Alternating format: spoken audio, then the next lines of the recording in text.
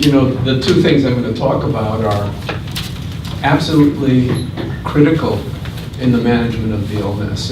We know that the core features of the illness are motoric, in other words, movement. It's a movement disorder, difficult to initiate movements. There's a slowness of movement. There's decreased dexterity in fine hand movements. There's change in balance and gait. There's rigidity, which complicates the movement. So it's the slowness and rigidity together give the care actually the most typical consequences of the illness, which is slowness and rigidity, or gait imbalance problems and decreased facial expression and decreased dexterity, all due to rigidity and slowness. Those are the two cardinal features that are responsible for the worst motoric features of the illness. Fortunately, dopamine replacement alleviates rigidity and improves slowness.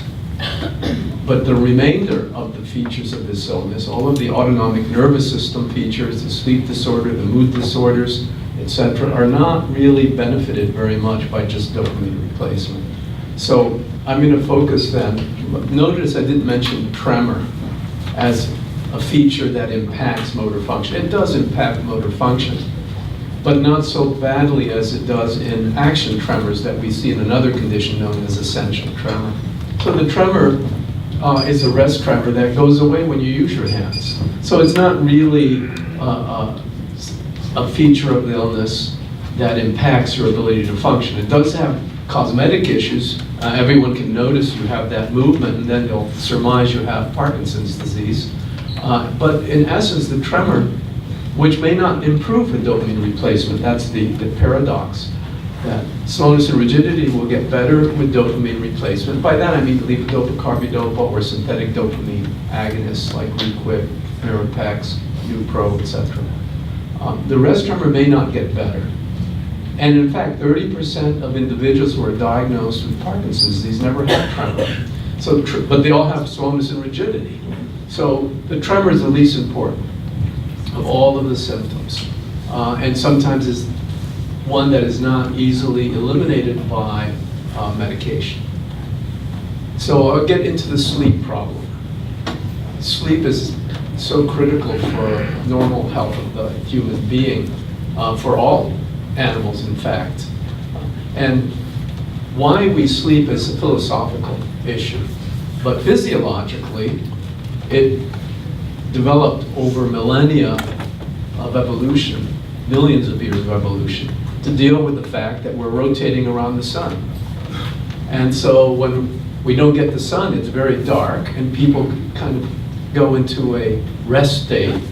And sleep is one of the mechanisms by which you can repair all kinds of things that have happened during the day, especially in terms of the central nervous system. So it's a moment of rest, all kinds of very active things. You're resting, but there's all these metabolic things that go on during sleep that are very important for repairing and restoring any injuries of the body, but especially in the brain, where you can prune up, cut out things that don't need to be there. Certain synaptic connections are repaired, and certain synaptic connections are reinforced. So there's certain things that we've learned during the day that may be very important. And to consolidate that memory, it can take place during the night. In fact, it's amazing how much learning reinforcement occurs when you're asleep. It's something I kind of intuitively knew that if I studied and thought about things before I went to bed, usually in the evening when I was a student, I still do that. I often will, in my sleep, work out and memorize some of these things. I was at one point, I thought, what if I played while I was asleep a lecture that was especially difficult over and over? Well, that interfered with my sleep, and I didn't pay attention to the lecture. I never did it again. So that's kind of a foolish way. But occasionally you'll have the thoughts before you go to bed as you're sleeping, and that there's certain memories that you keep on going over, especially if you're working out a problem. Now, if you work too much on that problem as you're going to sleep, it may interfere with sleep. So we have to be very careful about encouraging working out problems before you go to sleep. In fact, it's better to clear your mind, do a meditative state, listen to peaceful music, and have good sleep hygiene. And good sleep hygiene, to promote good sleep, doesn't recommend you work out mental problems just before you go to bed. And that may make it more difficult to sleep. So, sleep is problems, and I'll tell you what I mean by a sleep problem. Sleep problems, though, people complain that they don't have normal sleep, that they wake up many times during the night, they can't get to sleep, they have early morning rising, they have nightmares, they act out their dreams, they sleepwalk, etc. Those are sleep problems.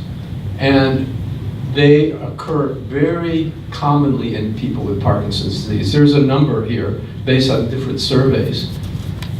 As 60 to 90% of patients who've been surveyed in multiple studies have sleep disorders. So it's almost universal in some studies. Imagine 9 out of 10 people with Parkinson's disease having a sleep disorder. That's how common it is. The lowest frequency is 60% in another study. And about a third of these people complain to moderate to severe sleep disturbances. And there are many different reasons that people have the sleep disturbances and many kinds of sleep disturbances. But the most important thing is fragmented sleep, where the sleep, one doesn't get into a deep sleep, but goes to sleep for a short period of time and wakes up, falls asleep again and wakes up, and they have multiple awakenings throughout the night. Some people have coexistent sleep apnea, where the spouses will notice that they're snoring very loudly and then seem to stop breathing for a while. That's called sleep apnea. Well, that's more common in Parkinson's disease than people without Parkinson's disease. And then there are these periodic limb movements. There are different kinds of periodic limb movements while one is asleep. The ones that occur as you're trying to sleep can interfere with getting to sleep. Those are called, it's part of the Restless Leg Syndrome phenomenon. And it gets better with just a little bit of dopamine agonist before you go to bed. That's called Restless Leg Syndrome. But there are, and when one is deep asleep, those restless legs disappear in Restless Leg Syndrome. It's a very common condition.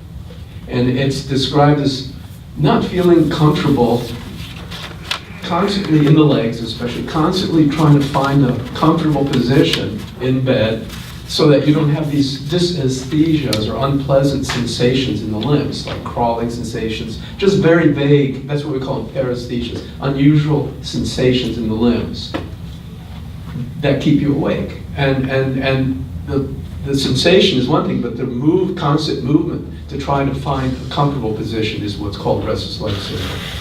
But there are other limb movements that occur at various intervals during the night. Those are called periodic limb movements.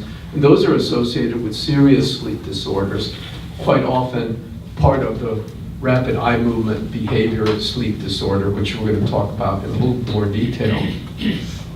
So one of the reasons that people might have a sleep disorder that's intermittent or fragmented sleep is that and it can occur at any stage of sleep. Remember and I talk about sleep architecture. Sleep is not like you're asleep, then you're awake. There's actual multiple phases of sleep. There's light wave sleep, slow wave sleep, light sleep and deep sleep. With light sleep, the brain waves are a little bit faster than in deep sleep. When you're in deep sleep, which is where we get the most restful sleep, it's very slow brain waves. So we know about these kinds of activities of the brain because of electroencephalography studies that are done while people are asleep. They also, in those sleep studies called polysomnography, they measure muscle movements in the limbs, muscle movements of the eyes to see if your eyes are moving, oxygen saturation by an oxygen meter on your finger, respiratory pattern and depth. So you're wired up like an astronaut and asked to sleep. I don't see how anyone can get any useful information, but they do. And people who have serious sleep disorders should have polysomnography to characterize the nature of this sleep disorder. So many studies have been done in people who have sleep disorders associated with Parkinson's disease. So people might wake up during the early phases of sleep, stage 1 or stage 2, which is moderate wave EEG sleep that is very easy to rouse people from. It's harder to rouse people from deep sleep. You really have to yell at them, put cold water on their face, etc. when they're in deep sleep. Where in the light sleep, you just have to say their name and they'll wake up. Their fragmented sleep commonly occurs in people with Parkinson's disease because the levodopa effect is wearing off. So they wake up because they feel rigid again, or they're slow, or the rest tremors come up. So there they are tremoring after an hour, 2 hours in bed. And so in those situations, sometimes just giving levodopa long-acting before going to bed might diminish those frequent awakenings. But many people will wake up independent of having a resurgence of their Parkinson's syndromes. What's interesting is that in addition to levodopa in trying to decrease the frequency of awakening during the night, levodopa works, but what's being more helpful now is the long-acting dopamine drugs, like Nupro patch. That keeps you relatively on throughout the night, and people don't wake up as much, and when they do wake up in the morning, they're relatively on. In other words, they don't have to wait for the levodopa, carbidopa to kick in. So that's a very useful one. There's another thing that I wasn't familiar with, but is mentioned in this review article, that sleep improves with deep brain stimulation. That's something I wasn't aware of, and I'm going to start asking my patients who've had DBS how it improves their sleep. It's not really clear how it improves sleep. On the other hand, what's really interesting is that some dopamine agonists may actually increase nocturnal activity. It's a rare phenomenon, but it's a paradoxical response. Usually, a long-acting dopamine agonist, like through the patch, won't result in fragmented sleep. But a drug like, say, Pramipexole or Mirapex might help you get to sleep, but you might have paradoxical awakenings after that. So of the people who have a sleep disorder, who've had sleep studies, it's been shown that 20 to 50% of those, and half of those people who have polysomnography, whose sleep problem is bad enough that the doctor sends them in for a sleep study. And 20 to 50% of them have some degree of sleep apnea. In other words, they stop breathing for a while.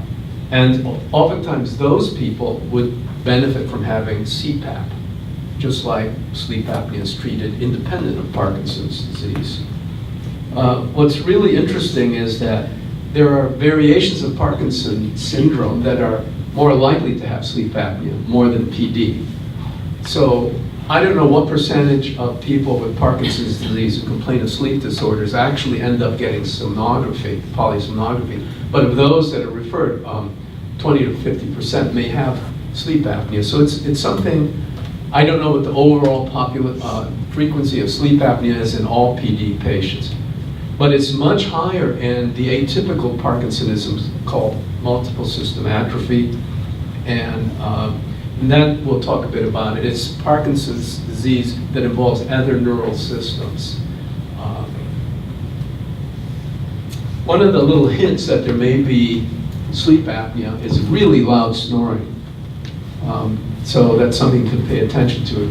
If there's a lot of sleep problems, multiple awakenings, periodic limb movements, and loud snoring, don't get those beds that they advertise. I'm just joking. But I always think of that. Okay, press the button for sleep apnea and change the bed. Now, those people need to have a sleep study. Now, this REM sleep behavior disorder, it's characterized by abnormal period of sleep, which occurs every 90 minutes. So when one goes to sleep, you're in light sleep initially. The brain waves are about 8 to 13 cycles per second. And then as you get into slower and slower brainwave activity, you get deeper and deeper in sleep. When you get into deep sleep, which usually is about maybe an hour after you're asleep, if you're fortunate. It may not happen in the first cycle, maybe the next cycle. Some people never get to the deep sleep, and then they start having faster and faster brainwave activity.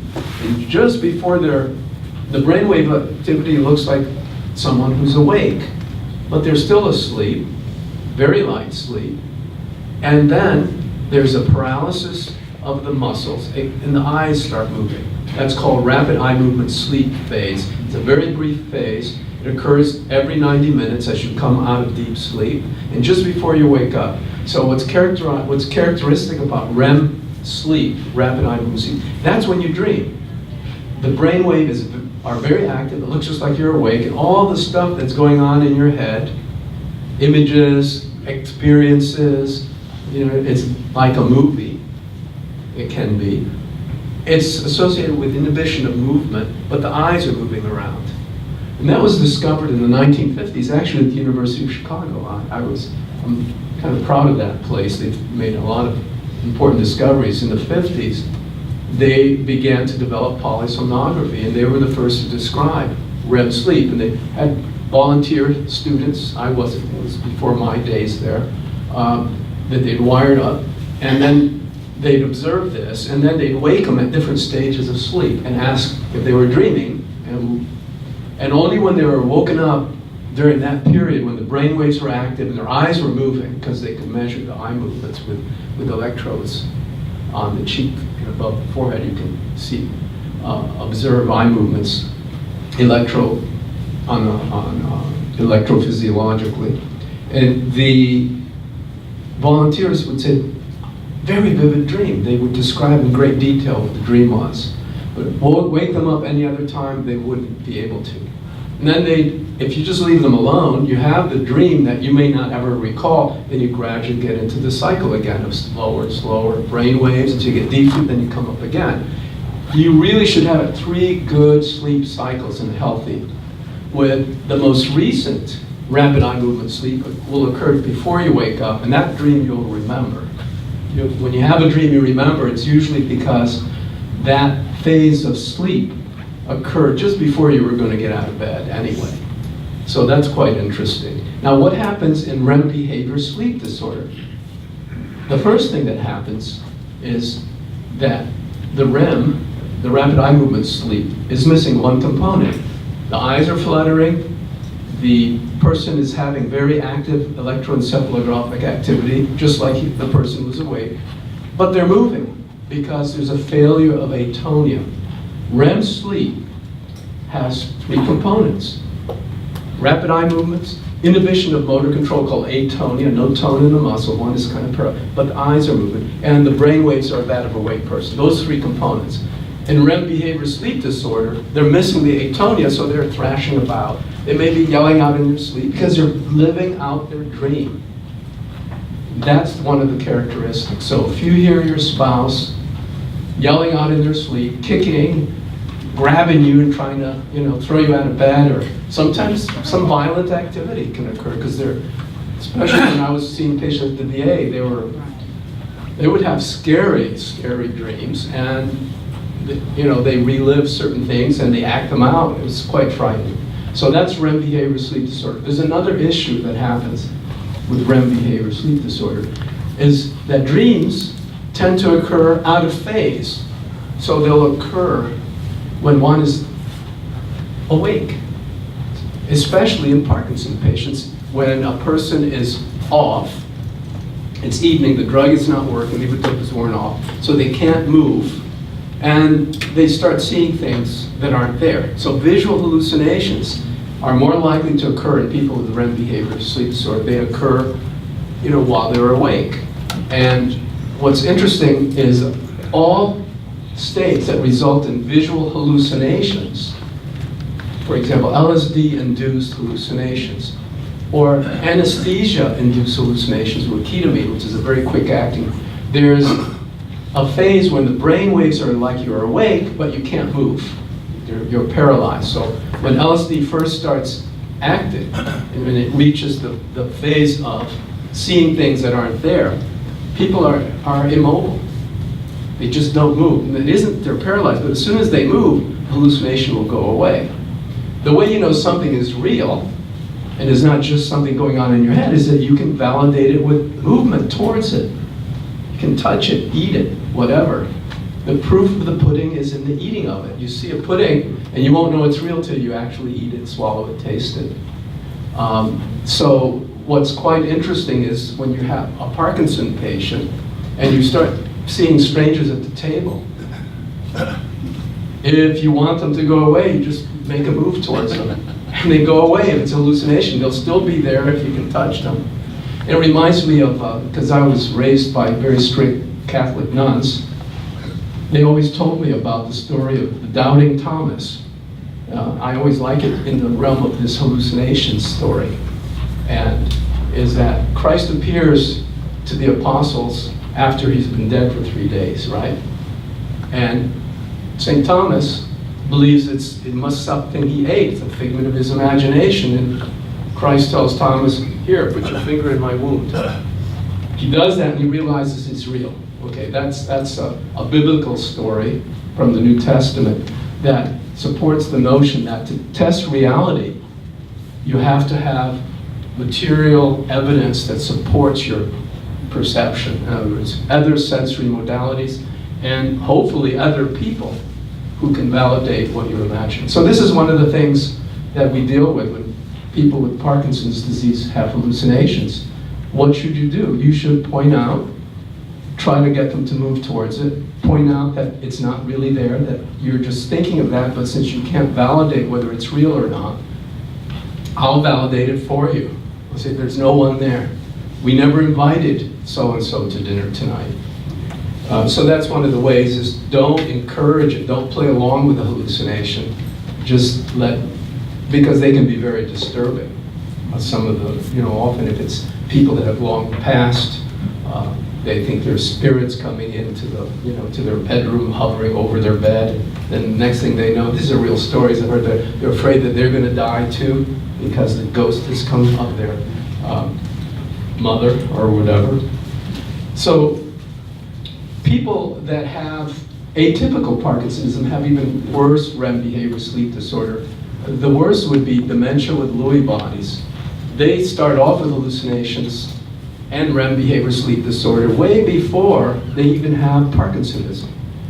So one of the early signs of dementia with Lewy bodies, which is like a Parkinson's disease illness, in which the Lewy bodies have spread to the cerebral cortices, which is the highest, most developed part of the brain that does our, quote, thinking, our associations, our projection into the future, our abstract reasoning.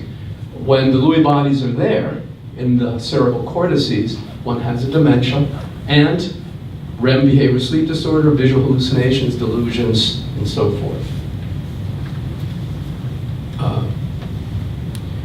Why that happens, and also in multiple system atrophy, is the parts of the brain that regulate the sleep cycle are deeper in the brainstem, in the pons. And the Lewy bodies, when they are involved in the pons, like they are in some of the multiple system atrophies, will result in sleep disturbances. Not just REM behavior sleep disturbances, but the whole cycle of sleep.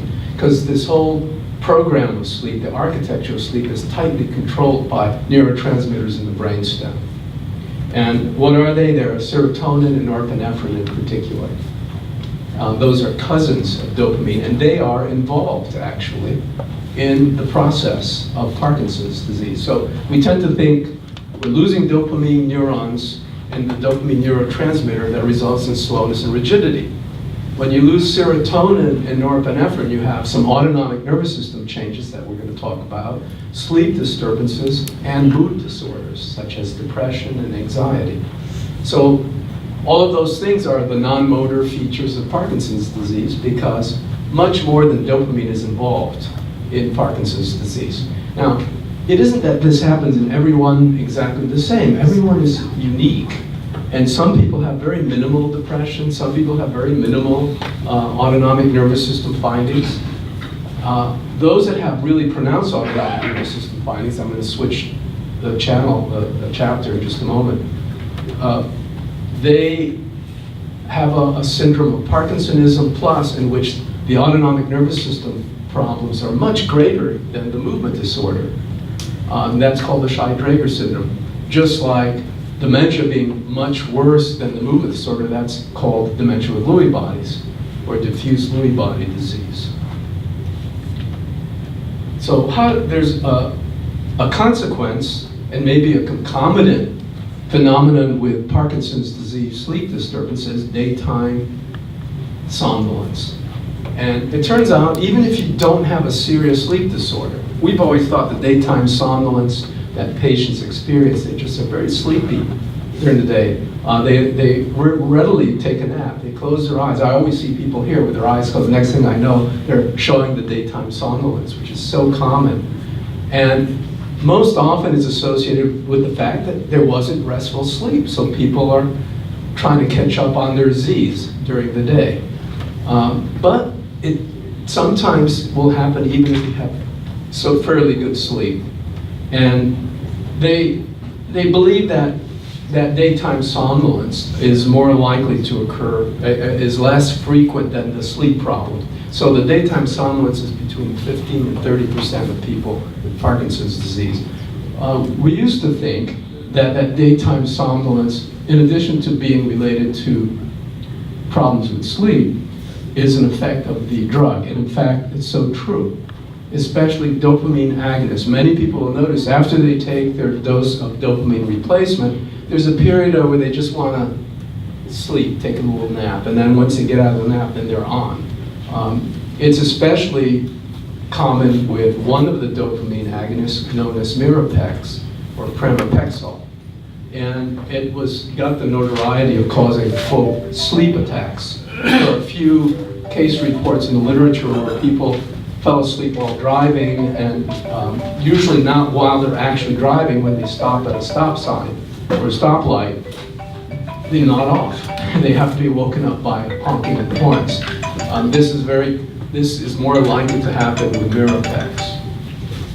Now, how do we treat the sleep disorder and the daytime somnolence? One, I always emphasize sleep hygiene. That is, turn off all the lights in the bedroom, the TV, any source of radiation from a machine. Turn it off, make sure it's dark, is one. During the day, make sure you're exposed to light, because sleep is response to the day and night cycle. When the night is coming on and it gets dark, what induces sleep is the secretion of melatonin by the pineal gland, and that triggers a bunch of neurotransmitter changes that induces sleep. And if you turn on the light, the production of melatonin is turned off.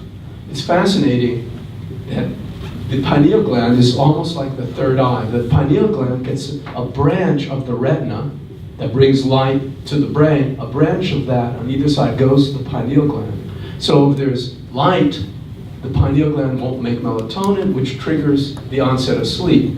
If there's darkness, melatonin will increase. Now, what happens with age, unfortunately, is that we don't make enough melatonin.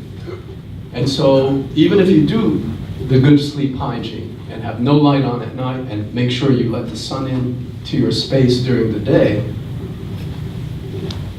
you don't make enough melatonin and you still have a sleep disorder. In those cases, I recommend, and others have shown, that to induce sleep, you can take 5 milligrams of melatonin and over the counter. Now it's simple, it's related to serotonin.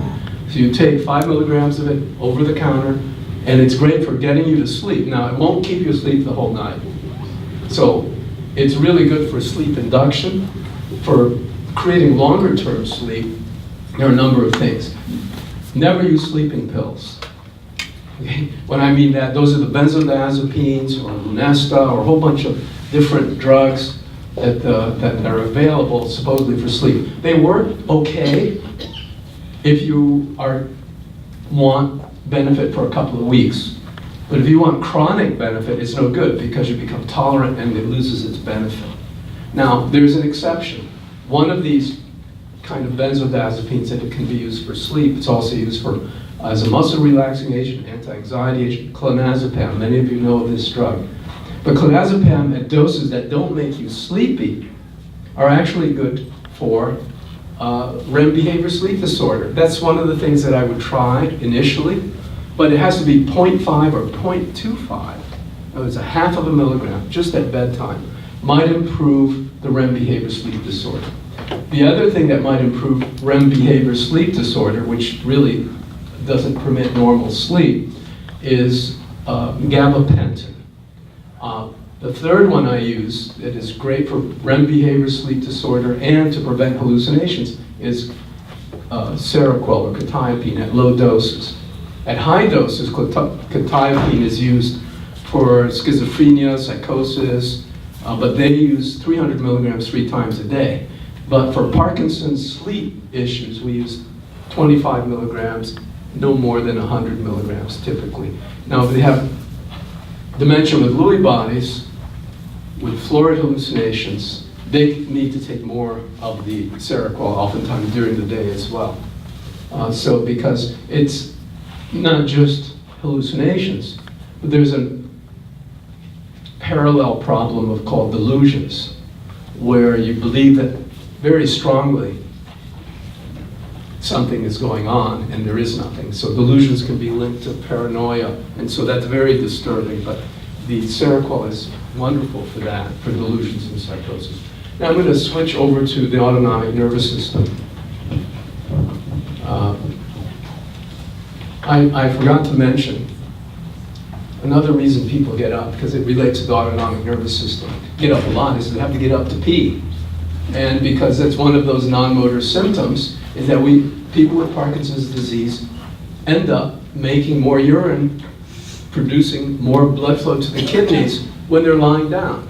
So during the night, they end up making more urine than they used to before they develop Parkinson's disease, and they have to get up more frequently during the night. So one of the treatments for that is to give a very low dose of say, ditropan that would inhibit the bladder just for the nighttime.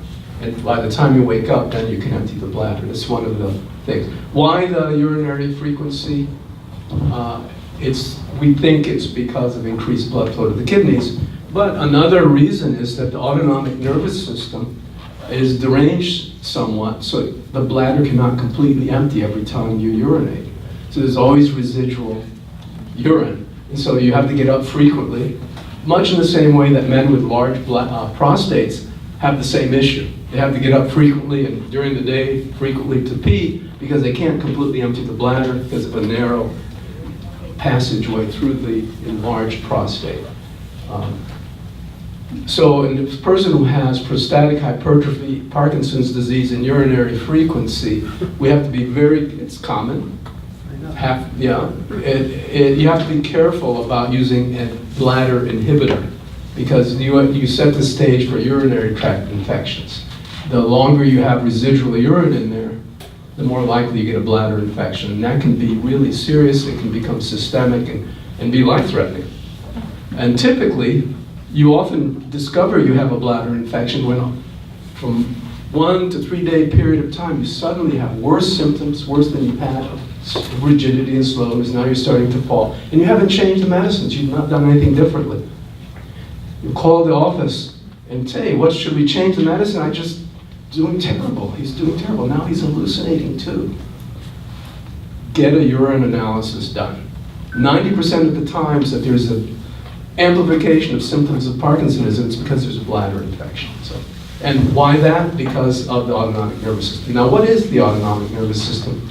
It's a part of the brain that doesn't get enough respect because it doesn't have an ego, like the higher cortical function has an idea of I, me, you, etc. Well, the autonomic nervous system operates autonomically, autonomously, without us thinking. In fact, you have to be a well-trained yogi or guru from India to learn how to control your heart rate just by thinking. We can't do that. We can't control our blood pressure by thinking. There are ways to bring it down if you meditate, get less stress, clear your mind. You can, but all of these functions that are automatically done that control your viscera, so your heart rate, your breathing, your bowel peristalsis, your emptying of the bladder. All of those things are controlled by the autonomic nervous system. And there are two major neurotransmitters that mediate autonomic nervous system. The most important one in Parkinson's disease is the noradrenergic neurotransmitter. Noradrenaline is the next step in the metabolism of dopamine. So noradrenaline is made in neurons in the brain, very much involved in central control of the autonomic nervous system, but it's also made in sympathetic neurons, which are outside of the brain. And those sympathetic neurons, give an example, go to the heart, or the gut, or the bladder, but to the heart, when you stimulate the sympathetic neurons, heart rate speeds up and blood pressure increases. The acetylcholine neurotransmitter system going to the heart is the parasympathetic system. It's the balance. Sympathetic drives the heart rate, parasympathetic slows the heart rate. That's mediated by the vagus nerve, the transmitters acetylcholine. So what happens also is that the blood pressure is controlled by a sensor in the carotid arteries. If there's really high blood pressure, that signal is sent to the brain and tells the sympathetic nerve, the cholinergic system, hey, slow down the heart rate, lower the blood pressure, automatically. Likewise, if the pressure is really low, the baroreceptors tell the brain, drive the sympathetic system, get that noradrenaline to constrict the blood, to increase the heart rate, etc. So one of the ways you know there's a problem in Parkinson's disease, number one is that over time, as the disease progresses, blood pressure tends to get lower and lower. And it becomes a problem when you notice that you stand up, you feel woozy and you almost faint. And that's associated with a drop in blood pressure due to gravity pulling down blood from the brain. And the inability of the sympathetic drive, which because noradrenaline is deficient, to bring the pressure up again. So one of the most important signs of autonomic nervous system dysfunction is lightheadedness on standing and almost fainting when you stand. In the Shy-Drager syndrome, it's Parkinson's disease plus really bad dysfunction of the autonomic nervous system. People, when they get up, they'll pass out. They can't even sit up. From lying to sitting, they feel woozy. And what we do there is increase the blood pressure. We have to give them salt in their food, more salt. Wear TED hose to prevent pooling of blood, that gravity pulls down. Now, the reason that healthy people don't feel dizzy when they get up is because this autonomic nervous system loop that measures blood pressure changes and adjusts the heart rate and blood tone of the vessels automatically. We only notice it if we're dehydrated and we've been out in the sun, and of course more dehydration, and we've lost a lot of electrolytes, and we're at attention. So young military recruits in training in Georgia will drop like flies when they're standing at attention. After a big workout, they'll just faint. And it's because they don't have an autonomic nervous system problem. They just depleted their blood volume because of dehydration. So the other issues of the autonomic nervous system that are troublesome, and there's very little that I know to do about, is the feelings of hot and cold and nocturnal sweating. It's very common, and that's a disruption of the autonomic nervous system. Don't really know how to deal with that. I already mentioned the bladder, and the biggest issue that most people complain about besides that is the bowel movements, tremendous constipation. And oftentimes the constipation antedates the diagnosis of Parkinson's disease. Many of these autonomic nervous system issues antedate the motor features. So now, as we get older, we all develop many of these issues anyway, but they're out of proportion in Parkinson's patients. It's very rare to have someone who's in their 80s who doesn't have some element of constipation or bladder issues and you know, that kind of thing. To deal with the constipation, dietary changes are important, where you have a lot of fiber, plenty of fluid.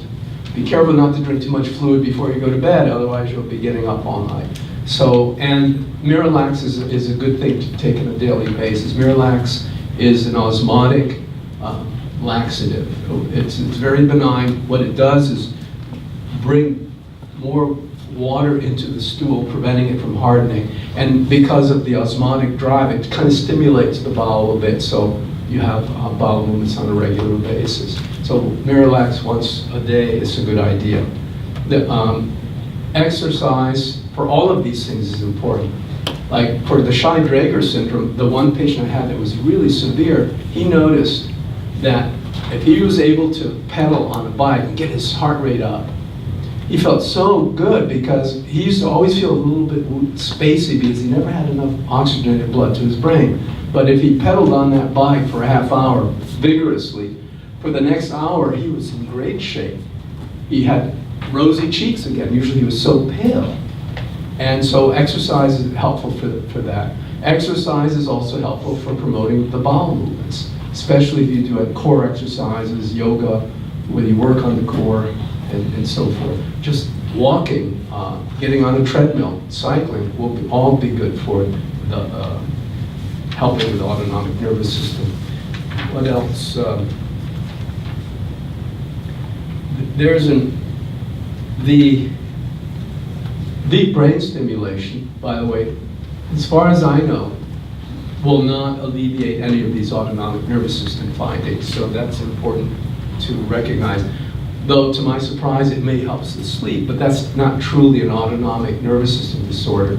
Though you might consider it, it's done automatically by the brain, by the nervous system, but it's not considered part of the autonomic nervous system, what regulates sleep. I think I'll end it. I'll take one or two questions, and then I have to go start seeing patients. What do you think of Linzess? Linzess. I don't know what that is. What is the numeric? It's a drug for IBS-C, IBS. irritable bowel syndrome, constipation. Well, I've never used it. And irritable bowel syndrome is not a component of Parkinson's disease. It's an independent autoimmune problem. Okay. So, yeah, I have no idea about it. But one thing that does help with irritable bowel syndrome is cannabidiol, which also helps colitis and Crohn's disease. But yeah, I don't know. Linzess is something that I think I might have seen on television being advertised. That's why I don't know it. Okay. You know, 'cause I like to hear the generic name, but I've never used it for constipation. For constipation, I don't recommend drugs generally. But irritable bowel syndrome is another picture. Another? You mentioned Parkinson patients, I guess they make more urine at night. It's similar to having an enlarged prostate, right? You know, similar symptom. Well, yeah, in that the bladder is filled. Right. Yeah. So when going to a urologist for treatment, do you treat the enlarged prostate, or do you kind of? I don't treat the enlarged prostate. The urologist should be involved in that. And the urologist should be involved in trying to improve, especially complicated when you have a large prostate plus Parkinsonism. It's better to have the urologist who focuses on that, on emptying of the bladder. So they'll be able to decide how bad the prostatic hypertrophy is, and they may recommend a transurethral resection, just open the passage a bit more. They may recommend different types of drugs. Whereas I tend to use the same one. I don't like to use Ditropan, which is the one I use the most, in people that have large prostates. So I let the urologist make that decision. It's a delicate decision. But urologists can do actual studies where they'll look at bladder emptying, how much residual urine there remains. And that helps guide the decision as to do a TURP. TURP is transurethral resection of the prostate. So far, from what I understand, the deep brain stimulation is beneficial to the tremor? Yes, it can help the tremor for sure. Yeah, and not so much in dopamine. Dopamine will help the tremor in some patients, but not all. Levodopa will help tremor in some patients, but there are many patients who do better on anticholinergic drugs like Artane and Cogen, which are really good for tremor, but they're really bad because they inhibit the bladder. Artane is an anticholinergic drug and can interfere with short-term memory problems and can make people have more likely to have hallucinations. So the best drug for rest tremor we can't really use in patients who are over 60 because it'll make them very spacey. Amantadine. Amantadine may help tremor, but not always. So the tremor is one of the more difficult things to control. Deep brain stimulation really got its big advance for treating action tremors, but it was a target in the thalamus, which is more up and forward. So people with action tremors really have a hard time, where the tremor impacts their ability to function. Every time they reach for something, their hands like this, and whereas Parkinson patients have a tremor, they'll reach and just slow. Now, a Parkinson tremor is here and then they reach, it stops, but if you hold your hand, it may come back. But it's the same frequency as at rest. And action tremors, those are alleviated in a dramatic fashion by deep brain stimulation of a region of the thalamus. Whereas rest tremors, slowness, rigidity, dyskinesias can be fine-tuned by deep brain stimulation of what's called the subthalamic nucleus, which is the target of choice now for PD patients. So people who have slowness, rigidity, rest tremor, fluctuating with dyskinesias on and off, they do really well with deep brain stimulation. This is the only kind of patients I recommend. I don't recommend people with rest tremor have deep brain stimulation at all, because the rest tremor doesn't impact your ability to function. What impacts ability to function is the decreased dexterity due to slowness and rigidity. If you increase your carb level at night, would that help you sleep better? For those people who, when they wake up after an hour or two, have slowness and rigidity in their symptoms of Parkinsonism, then yes, I would say use a sustained release Citamed at bedtime. 50/200 CR Citamed, or a patch, like Nupro patch. Or you can use a long-acting dopamine agonist, Mirapex XL or Requip XL, taken at bedtime. Those are the things that you would use if people's fragmented sleep is due to awakening, due to resurgence, reemergence of Parkinson's symptoms during the night. Would twitching be part of the... No, twitching is something that happens in everyone, and we have myoclonic jerks, normal. If you go to sleep every now and then, you'll feel like, and then you tripped on something. For a while until somebody falls asleep. Well, it depends. There are many things that cause twitching. It's not specific to Parkinson's disease. You can have twitching just because you have an electrolyte imbalance, because you ran a marathon and didn't replenish your potassium, sodium, and calcium. You can twitch like mad. So there are many reasons you twitch. Part of Parkinson's disease is not a big issue. Myoclonic jerks can happen where the whole body just suddenly shot, but it doesn't persist through the night. People who have myoclonic epilepsy have recurrent myoclonic jerks, and you treat it with clonazepam. If there's a lot of myoclonic jerks in a Parkinson patient, I might use clonazepam at a slightly higher dose than what I recommended for sleep, for REM behavior sleep. So I think I'm going to end it here because I want to prepare for my first patient. Thank you.